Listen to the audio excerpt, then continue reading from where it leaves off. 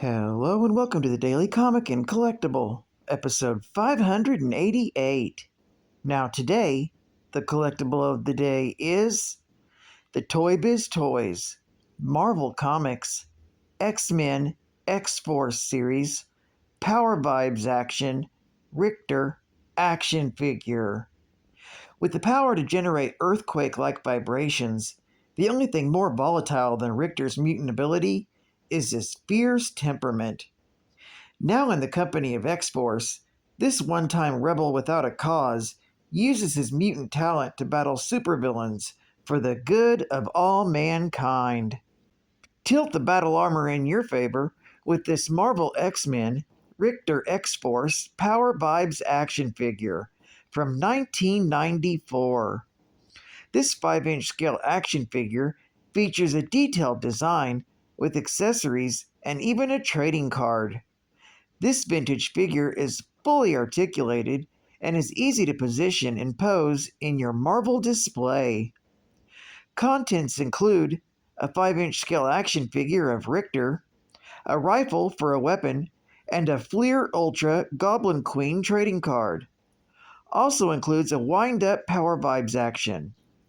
Comes on a blister card package and was released by Toybiz Toys. Now, the comic of the day is X Factor, Volume 1, Issue number 27, with a cover date of April 1988, but was released in December of 1987, with story by Louise Simonson, art by Walter Simonson, and cover by Walter Simonson. This story is titled Gifts. This story opens following X Factor's battle with Apocalypse. They bring their young charges back to New York, following their being stranded in Virginia, and they arrive to their new temporary headquarters, Apocalypse's ship, and to a media circus. Rusty and Skids note that Scott and Jean are finally openly in love with each other. Having been made prepared for this, Rusty, wearing a mask due to the fact that he's still wanted by the government, Skids, Artie, Rictor, Boom Boom, and Leech all talk to the media, explaining what mutants are and showing off their various abilities. X Factor then presents a gift to the people of New York in the spirit of the holiday season. Iceman uses his powers to create a giant ice sculpture of a Christmas tree on top of the Empire State Building. When X Factor, the kids, and Trish Tilby are lowered street level by Jean's telekinesis, Scott and Jean notice as Artie and Leech are distracted by storefront windows full of toys.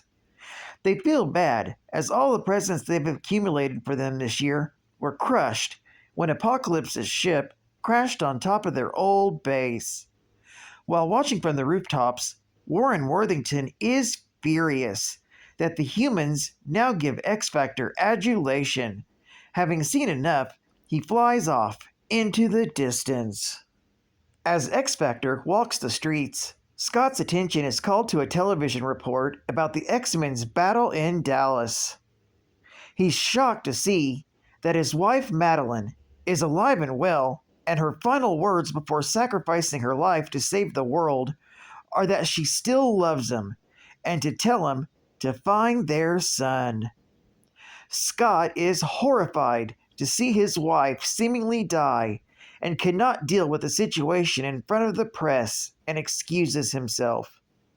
Jean herself has been rocked by this revelation, not only because Madeline's seeming survival and death, but also because of the X-Men's death when they were like family to her. She also needs to be alone and leaves Iceman and Beast to bring the kids back to base. As Iceman makes an ice slide so that they can all ride back to their ship, they pass through all the areas heaviest hit by Apocalypse's forces and a hospital of sick children. When they arrive at the ship, they are surprised to find that not only has the city donated a Christmas tree to them, upon entering the ship, the children marvel at the advanced technology, and their inquisitiveness into how everything works upsets the Beast, who used to have the intelligence to explain how things worked. When Boom Boom makes an off-the-cuff comment about Beast's diminished intelligence, Rictor almost starts a fight with her when they are broken up by the Beast, who tells them that they shouldn't fight at Christmas. When they catch a report by Trish Tilby, Tilby tells the world of the sacrifices that X Factor made to save the city, including Hank's loss of intelligence, and that the children's Christmas presents were destroyed, along with their base. Hearing the bit about his intelligence, Hank misinterprets it as Trish making fun of him and becomes sad once again. Meanwhile, in the town of Annandale-on-Hudson, John and Elaine Gray watch the news coverage. Elaine is upset because one of the members of X Factor resembles their daughter, and John tells her not to get her hopes up. They get a Christmas surprise, though, when Jean knocks on their door. After explaining how she survived death, they talk about her sister Sarah, who had gone missing. The Greys tell their daughter that they were in England and only learned about her disappearance when they came home and figured she'd gone into hiding. Jean tells them that with the current anti-mutant atmosphere, it's not safe for her to return home until things clear up, and leaves, promising them that she will find her sister. While back at X Factor headquarters, the children get a special delivery of presents by the truckload, donated by generous New Yorkers. While the children are elated at all the charity, Leech becomes sad when he remembers all the children in the hospital, and they all agree, although Tabitha requires some convincing, that they should do something good and donate their presents to all the sick children. Causing a distraction to the police on guard outside, they sneak out with the gifts and head towards the hospital. When Jean returns to the base, she finds that the children are missing and wakes up the others. The children end up finding themselves in trouble when on the way they are confronted by a gang of street thugs led by a man named Snake. They attempt to rob them, and the children are just about to defend themselves with their powers when X Factor arrives and sends the hoodlums packing.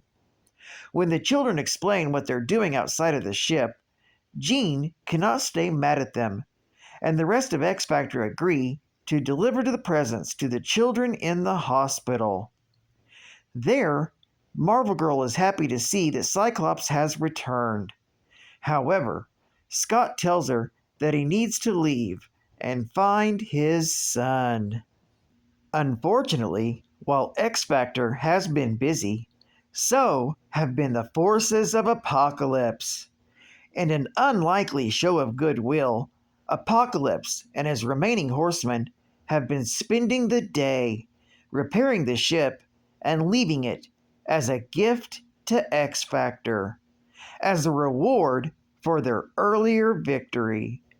Having returned to their own base, Apocalypse and his minions raise a glass and wish X Factor a very Merry Christmas and vow that it will be their last.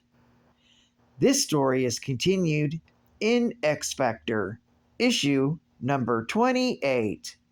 Geek Fact: Apocalypse leaves his celestial ship to X Factor as a gift for defeating him. But, unbeknownst to X Factor, the ship is also sentient, controlled by Apocalypse, and even has a bomb hidden aboard. Bonus Geek Fact: Growing up largely unaware of his family's illegal gun smuggling syndicate, young Julio Esteban Rictor saw many hardships. After spending some time in jail with his father, Julio was forced to watch his father's murder by the time-tossed villain, Strife, during an arms deal gone bad. When his mutant seismic powers manifested, Julio accidentally destroyed 3 city blocks. This brought Julio to the attention of the Right, an anti-mutant organization who kidnapped him, dubbing him Rictor, then explained his mutation to him, tortured him, and attempted to force Rictor into using his seismic powers to destroy San Francisco, while claiming to be allied with the mutant terrorists. Thankfully, Rictor was saved by X Factor and accepted their invitation to join as a trainee member at the X Factor complex. State-of-the-art gaming! Don't just stand there. Fire back. Ready, fight. Lord Dread is threatening the future of the human race. Captain Power battles him every week on TV, and he needs your help. Grab your PowerJet XT7, fire invisible beams at energy targets on his TV show, and score or be hit. This is not a test. The TV show will fire back. Whoa! Sure, you're good, but are you great?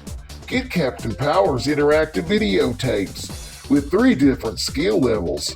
Practice with the PowerJet XT7 and practice some more. Are you going to help Captain Power and the soldiers of the future? Or are you just going to stand there? The power of the future is in your hands. Woo! Only from Captain Power and the soldiers of the future. By Mattel. And final geek fact. X Factor used to be a group formed by the original members of Professor Charles Xavier's X-Men, as they no longer believed their former team lived up to their mentor's dream. The group's creation was catalyzed by the return of Jean Grey, who wished to reunite with her former allies. Financially backed by Angel and oriented by Cameron Hodge, X Factor posed as mutant hunters in order to actually be able to help mutants in need. Eventually, after their activities backfired and they realized Hodge had ill intents against mutants, they publicly revealed themselves as mutant superheroes. The group operated side to side with the X-Men for a relatively long period and had Apocalypse as their main adversary.